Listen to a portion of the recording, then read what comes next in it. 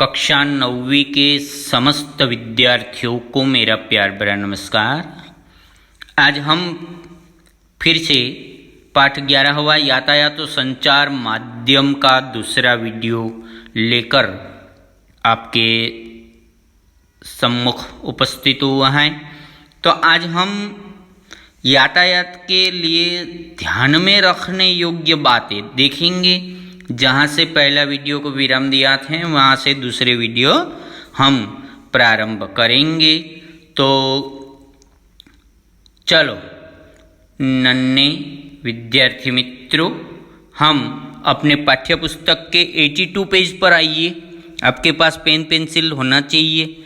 82 page पर ये video आप ध्यान से 1-2 बार देखिए, सुनिए और पाठ आप 82 नंबर का और 83 नंबर का पेज ध्यान से पढ़िए। और 84 पर आपको 1-2 मानचित्र दिए हैं। मानचित्र मित्रता, आपको मानचित्र से भी मित्रता करना है। और वो मानचित्र है सतारा जिला प्रमुख जल रूप और भूरूप, और सतारा जिला प्रमुख सड़कें और रेल मार्ग। तो हम ये आज और यातायात का महत्व भी देखेंगे। फिर तीसरे वीडियो में हम संचार माध्यम और समापन करेंगे। तो देखिए, चलो आइए आपके पाठ्य पुस्तक खोलिए, 82 नंबर का पेज निकालिए। मैं 82 नंबर के पेज पर पहुंच गया हूं, आप भी पहुंच गए होंगे। देखिए, उपयुक्त बातों को ध्यान में रखें। यातायात के लिए ध्यान में रखने योग्य बातें मैंने पिछले वीडियो में बताया था। अंतर, प्राकृतिक रचना, मार्ग एवं संधा साधन, बाजार केंद्र, जलवायु, वस्तु, समय, व्यय, समयावधि, अंतर। इसके अंतर्गत उपयुक्त बातों को ध्यान में रखते हुए यात्रा अथवा यातायात किए जाएं तो अपना समय एवं व्यय बच सकता है। यात्रा आरामदायी हो सकती है। माल को क्षति न होते हुए यातायात हो सकती है। ग्राहक द्वारा दी जाने वाली माल की कीमत केवल उत्पादन खर्च पर निर्धारित न करते हुए उत्पादन खर्च एवं यातायात खर्च पर आधारित होती है।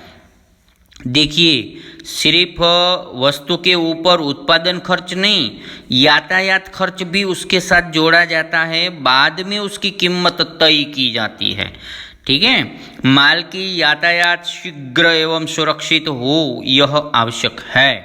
यातायात आर्थिक दृष्टि से किफ़ायती होने से माल की कीमत कम रख सकते हैं। देखिए, माल सुरक्षित होना, टूटना फूटना नहीं चाहिए। खरोंच भी नहीं आती। आप मार्केट में जाते खरोंच वाला टूटा फूटा माल नहीं लेते हैं ना। इसीलिए माल के ऊपर वो भी सुरक्षा के दृष्टि से ध्यान रखा। आर्थिक दृष्टि किफ़ायती, यानी जो भाड़ा अधिक हो तो माल की कीमत बढ़ जाती है। इसीलिए कम खर्च, यातायात का कम खर्च में जो वस्तु पहुंच गई तो उसकी कीमत कम रहती है। तीसरी बात यह है कि यातायात एक मूलभूत सुविधा है।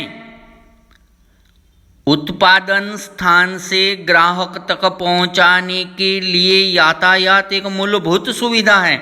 आपके पास माल कहाँ से और किस तरह से पहुंचा, आपको मालूम है? विदेश से माल भी आता है, अपने देश के कोने कोने से, दिल्ली से, कलकत्ता, बेंगलुरु, मद्रास, चेन्नई, मुंबई, कहाँ कहाँ से माल आता है। लेकिन ये माल आने में मूलभूत भूमिका यातायात की है। और यातायात कौन से यातायात से आया वो भी आपको मालूम नहीं होता है। यातायात व्यवस्था में विकास, यह देश और प्रदेशों में विकास का मानक कहा जा सकता है। रोड, रेल, हवाई, जलमार्ग, ऐसे अनेक प्रकार की सुविधाओं से आपके पास माल पहुंचता है। यातायात व्यवस्था में सुधार होने से प्रदेश में माल और यात्रियों की गतिविधि बढ़ती है। क्या होता है हम आगे देखेंगे कि माल और यात्रियों की गतिविधि बढ़ती है। जैसे यहाँ पर मैं आपको बताता कि यातायात मूलभूत सुविधा होने के कारण प्रदेश में माल और यात्रियों की गतिविधि बढ़ती है।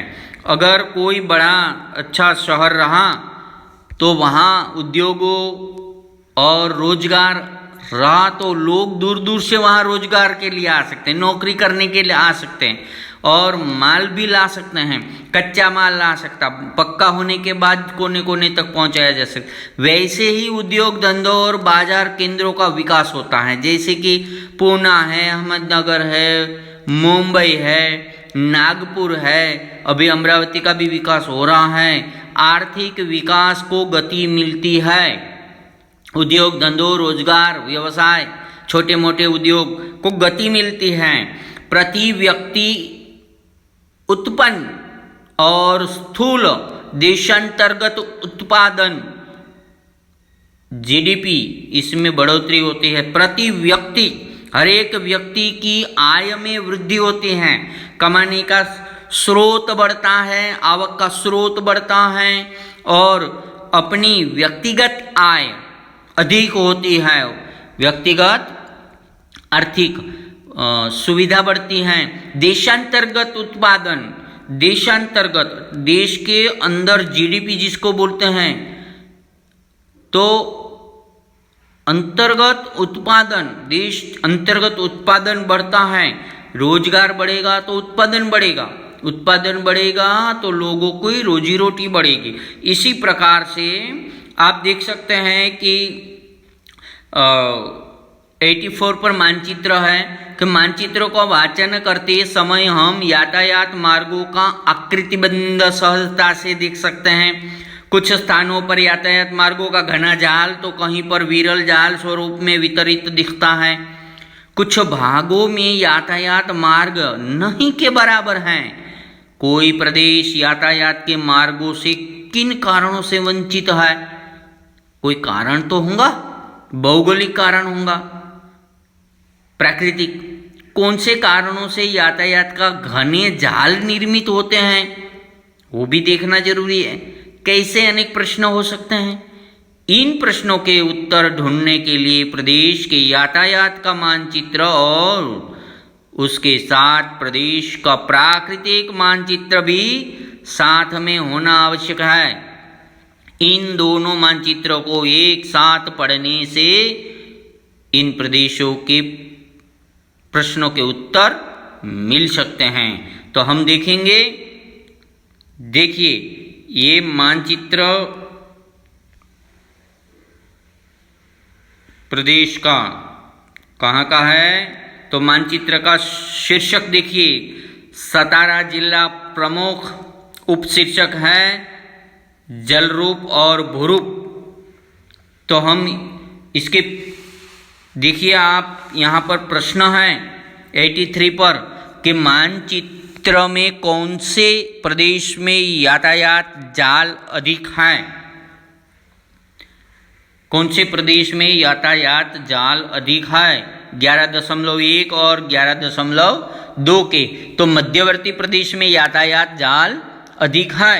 दूसरा प्रश्न है मध्य प्रदेश में। देखो यहाँ सूची में देख सकते हैं आप, सूची में, क्योंकि सूची में जो दिखाई देता है वहाँ पर आपको पता चल जाएगा कि यातायात का अधिक ऊंचाई वाला प्रदेश, अधिक सबसे अधिक ऊंचाई वाला मध्यम, और यहाँ पर जिला प्रमुख, तहसील स्थान, ऊंचाई का स्थान और जलाशय, इसके आधार पर आप तय कर सकते हैं कि कौन से प्रदेश में प्राकृतिक है। तो आप पहले इसका अध्ययन करें, फिर बाद में एक नीचे दिया गया है ये सतारा जिला प्रमुख सड़कें और रेल मार्ग। तो आप जहाँ पर ज़्यादा घना, यहाँ देख सकते हैं आप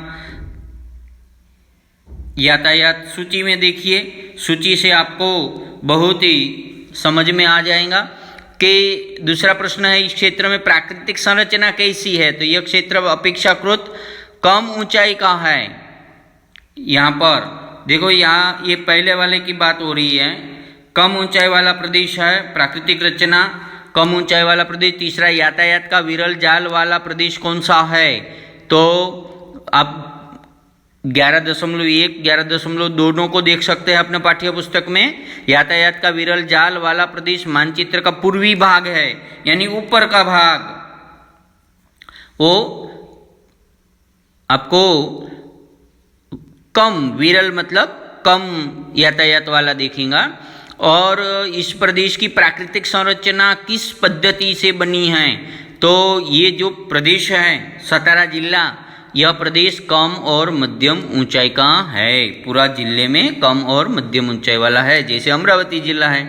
उसी प्रकार यहाँ पर एक और प्रश्न है, कौन से प्रदेश में यातायात मार्गों का अभाव दिखाई देता है? ढूंढिए।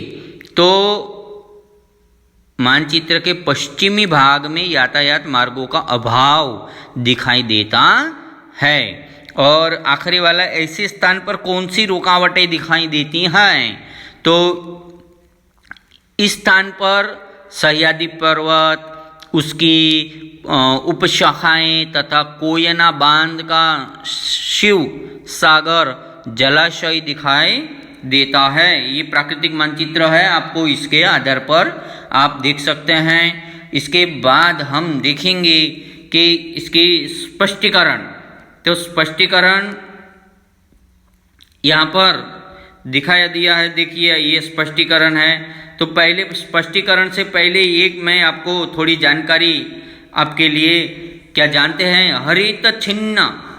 हरित छिन्न मार्ग तो ग्रीन कॉरिडोर है। तो कभी कभी मृत व्यक्ति का अवयव, शरीर का अंग दान किया जाता है।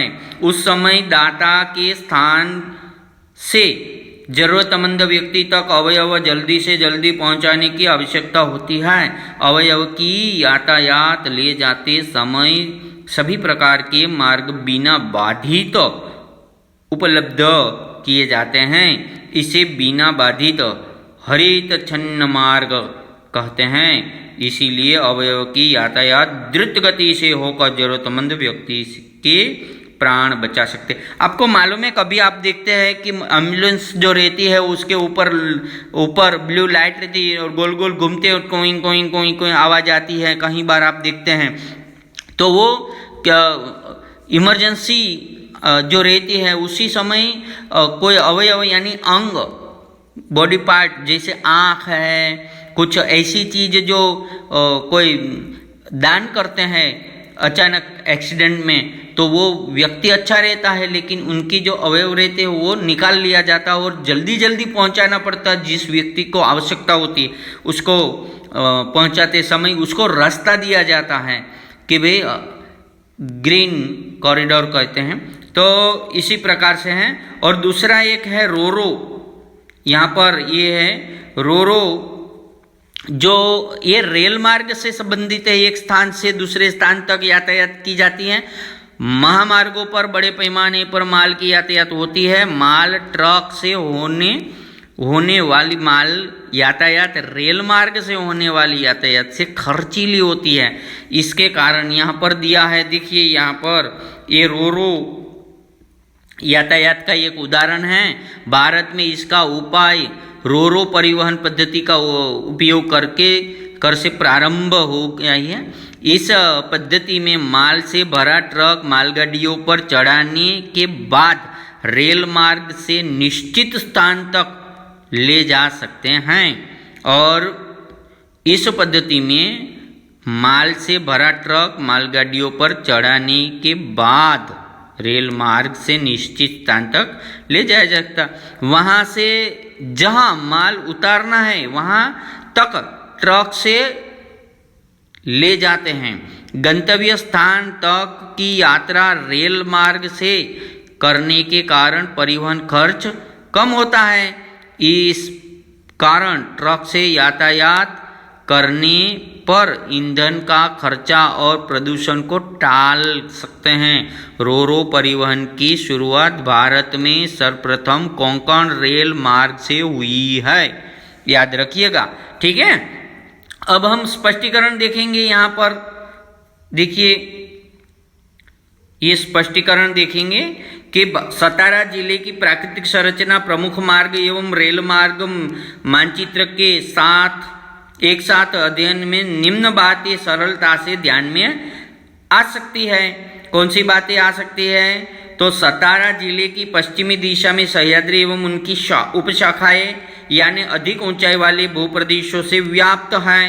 यहाँ की भूरचना चढ़ाव और ढलान की है। इसी परिसर में कोयना परियोजना यानी नदी पर बांध है, बहुउद्देशीय प्रकल्प है का शिवसागर नाम का जलाशय यानी तालाब, यह विस्तीर्ण जलाशय है और जिले का मध्य एवं पूर्वी हिस्सा इससे कम और मध्यम ऊंचाई का है।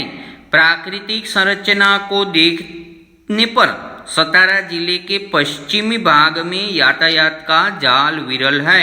तो जिले में पूर्वी भाग देखेंगे हम, पूर्वी भाग कैसा है? हाँ, इधर आइए। पूर्वी भाग में यातायात मार्गों का घनत्व मध्यम स्वरूप का है। उसी दृष्टि से जिले के मध्य भाग में मार्गों का घनत्व अधिक है। आपकी समझ में यह भी आया होगा कि इन भागों से एक राष्ट्रीय महामार्ग एवं रेल मार्ग गया है। आपके ध्यान में आया होगा कि इस मार्ग में अनेक मार्गों का जाल जुड़ा हुआ है। आप मानचित्र देखते रहिए, अध्ययन करेंगे। इससे प्राकृतिक संरचना अर्थात पर्वत, घाटी, नदियाँ आदि का परिणाम प्रदेशों के यातायात के मार्गों पर होता है। और यातायात मार्गों का एवं प्राकृतिक संरचना का सहसंबंध होता है। क्यों? प्राकृतिक संरचना के अध्ययन से प्रदेश की सुगमता और दुर्गमता ध्यान में आती है।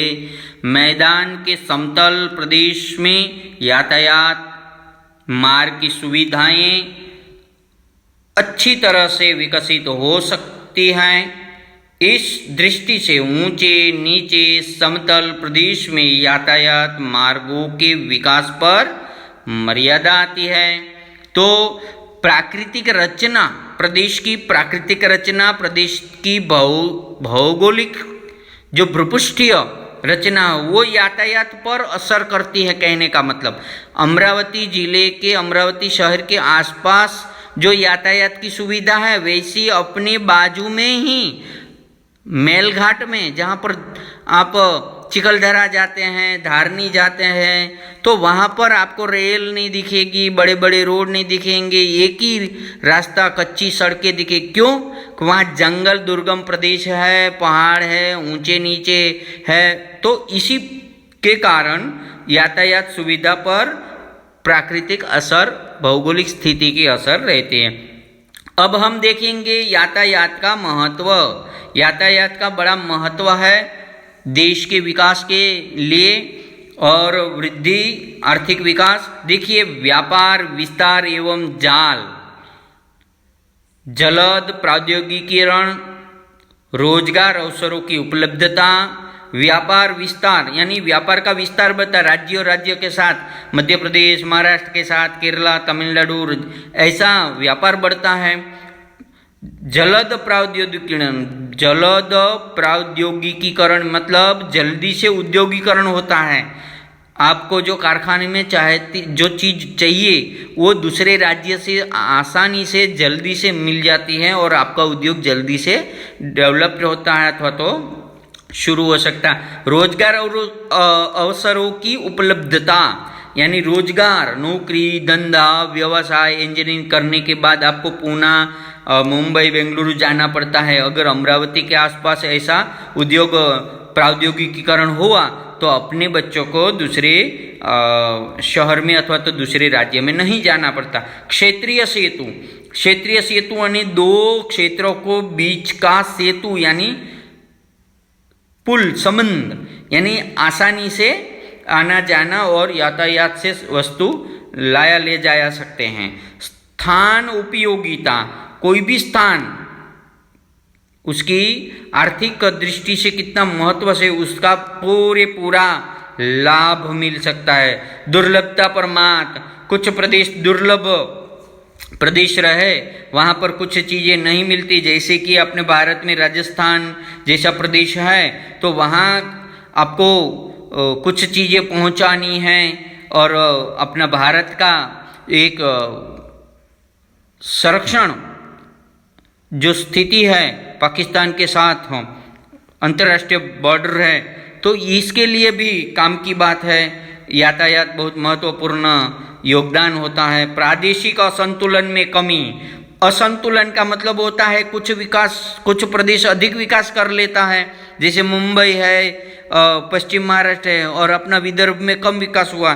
तो असंतुलन यानी जो अपने प्रदेश में जहाँ पर विकास कम हुआ वहाँ यातायात अच्छा हुआ तो वहाँ का विकास हो सकता है, तो असंतुलन में कमी आ सकती। पर्यटन विकास, जो रोड रास्ते यातायात की सुविधा अच्छी रही, आर्द्रम रहा, हाँ, तो विदेशी देश के अंतर्गत वाले यातायाती यानी पर्यटन टूरिस्ट आ सकते हैं देखने के लिए, तो ये भी एक व्यवसाय विकसित हो सकता। टूरिस्ट आएंगे तो होटल व्यवसाय, खाने पीने व्यवसाय और अनेक प्रकार का व्यवसाय भी बढ़ता है।